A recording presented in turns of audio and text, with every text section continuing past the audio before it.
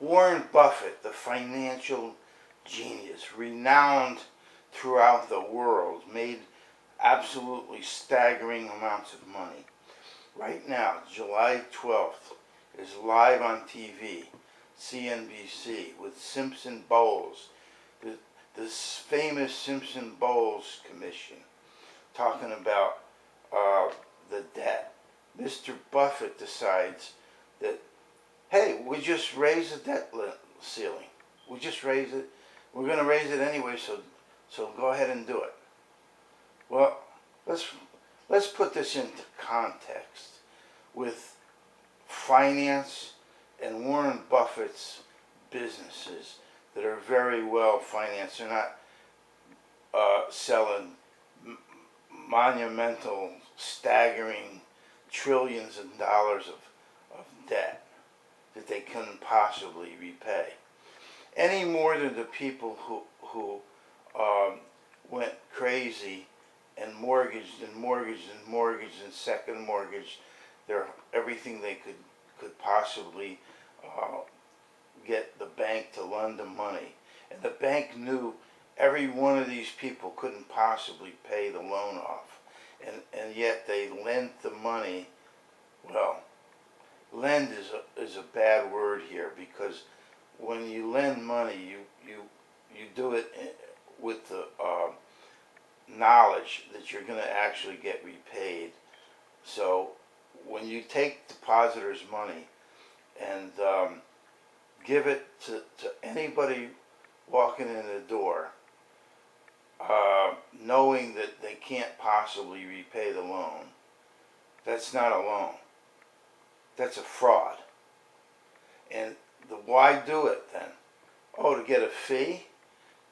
Yeah, to get the $44 billion bonus that they take every year out of the banking system, that the bankers took, and Moody's and S&P put AAA ratings on all of this mortgage debt that they said they had the model for. I won't go into rating right now, okay?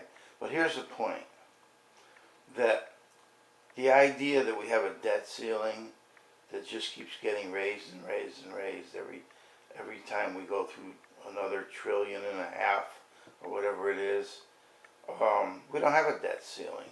That's another fraud.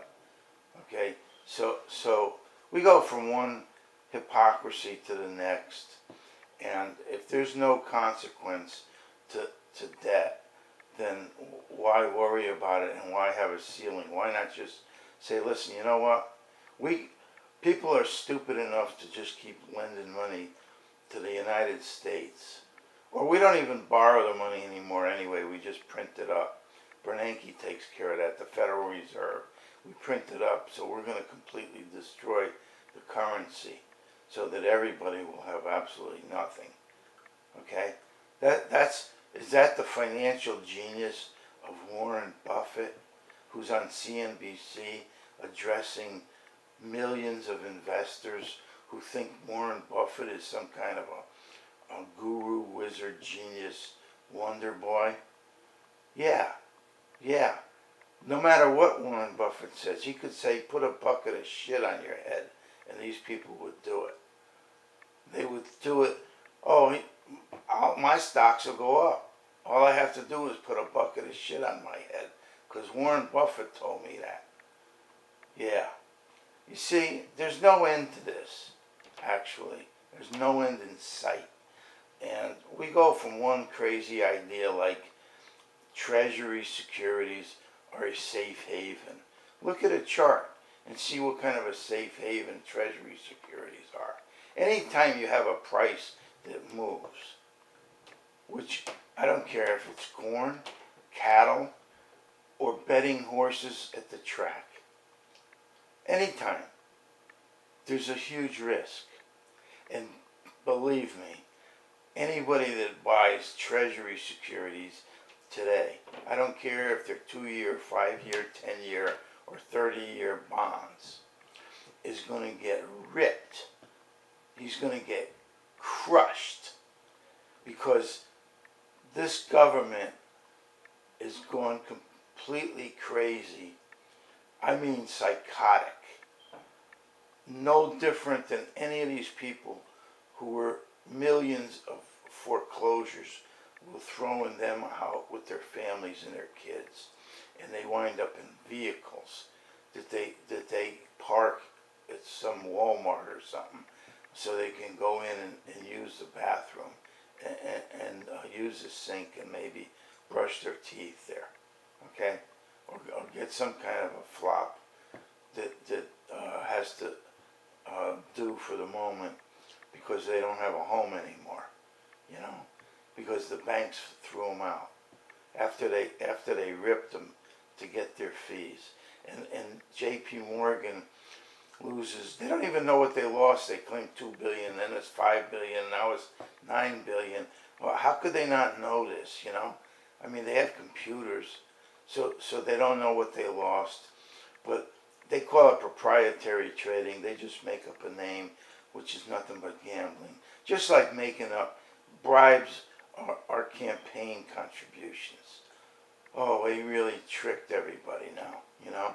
There's no, they call it quid pro quo. There's no kickback here for this bribe money that the lobbyists come in and they get their tax deal or their trade deal or their contracts for weapons or whatever the heck it is, okay, that they pay off the Congress to give them, you know, whatever the deal is that they're bribing. The president of the United States, Obama or Bush, you know, Obama said we're going to have a public option, right, for this health care thing. And then all of a sudden, when the lobbyists came flooding into the Capitol with the cash for everybody to spread around, that was the end of the public option. Isn't that an amazing coincidence? Just like bingo, the money comes in from the insurance companies, and these guys that run these insurance companies are making 10, 15 million bucks a year to do what? Nothing. Okay, shuffle some papers around. Nobody gets anything in return for these insurance premiums. Nothing. Okay? So why not have a government bureaucracy just take care of the paperwork and cut these insurance companies out? Why? Because they pay off, that's why. They bribe, that's why. The kickback is doing the public option. So now we're going to have this guy Obama run the country for 4 more years, or we're going to have this crazy nitwit Mitt Romney that goes from one lie to the next. They all do, right? I mean, what a choice that is for the United States of America. And people like this guy Warren Buffett sits there and makes believe everything's just going to come up roses, see? Because he can con everybody, and you know, they just worship him no matter what he says. And he'll lie about anything because he doesn't want to stock the crap out. You understand? So, I can't blame him. I wouldn't want my stock to crap out either. But I know he's a lying bastard and a fool by saying, oh, let's just keep raising the debt limit. There's no debt limit.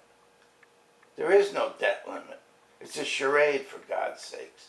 Just like everything else in the United States is a charade. It's all a hypocrisy. And the people in this country are so arrogant that they would rather completely crash, have their pensions ripped off, have their benefits ripped off, lose their jobs, have Chinese slaves work and create all the garbage that Americans buy and ship it back in here, okay? Which happens to be in direct violation to the 13th Amendment, which abolished slavery in 1865. So we don't need any legislation to stop the slave-made crap coming in here. You understand? We just need to follow the Constitution. So if you're buying slave-made crap, you didn't abolish slavery, okay? You promoted slavery. You're part of slavery. Get it? How's that? Is that real nice and simple? I hope so.